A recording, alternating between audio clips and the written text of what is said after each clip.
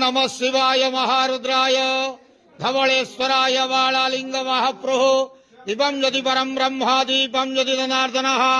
दीपाहरतु मे पापो पूजा दीप नमस्तुते धवलेश्वराय बालालिंग महाप्रभो संसार सुखी रखंदु आज माघ मासर कृष्ण पक्ष प्रतिपदा तिथि शुभ रविवार रे समस्त श्रद्धालु भक्त मानक श्रीपद करंतु मनस्कामना पूर्ण करंतु कर्म क्षेत्र उन्नति करंतु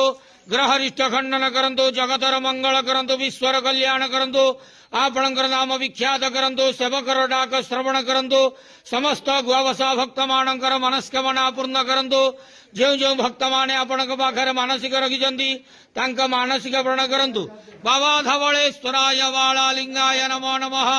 संसार सुखी रखंतु आनंदे गवार हरि बोलो आज माघ मासर कृष्ण पक्ष प्रतिपदा तिथि शुभ रविवार रे समस्त श्रद्धालु भक्त मानक आशीर्वाद करंतु आनंदे गवार हरि बोल।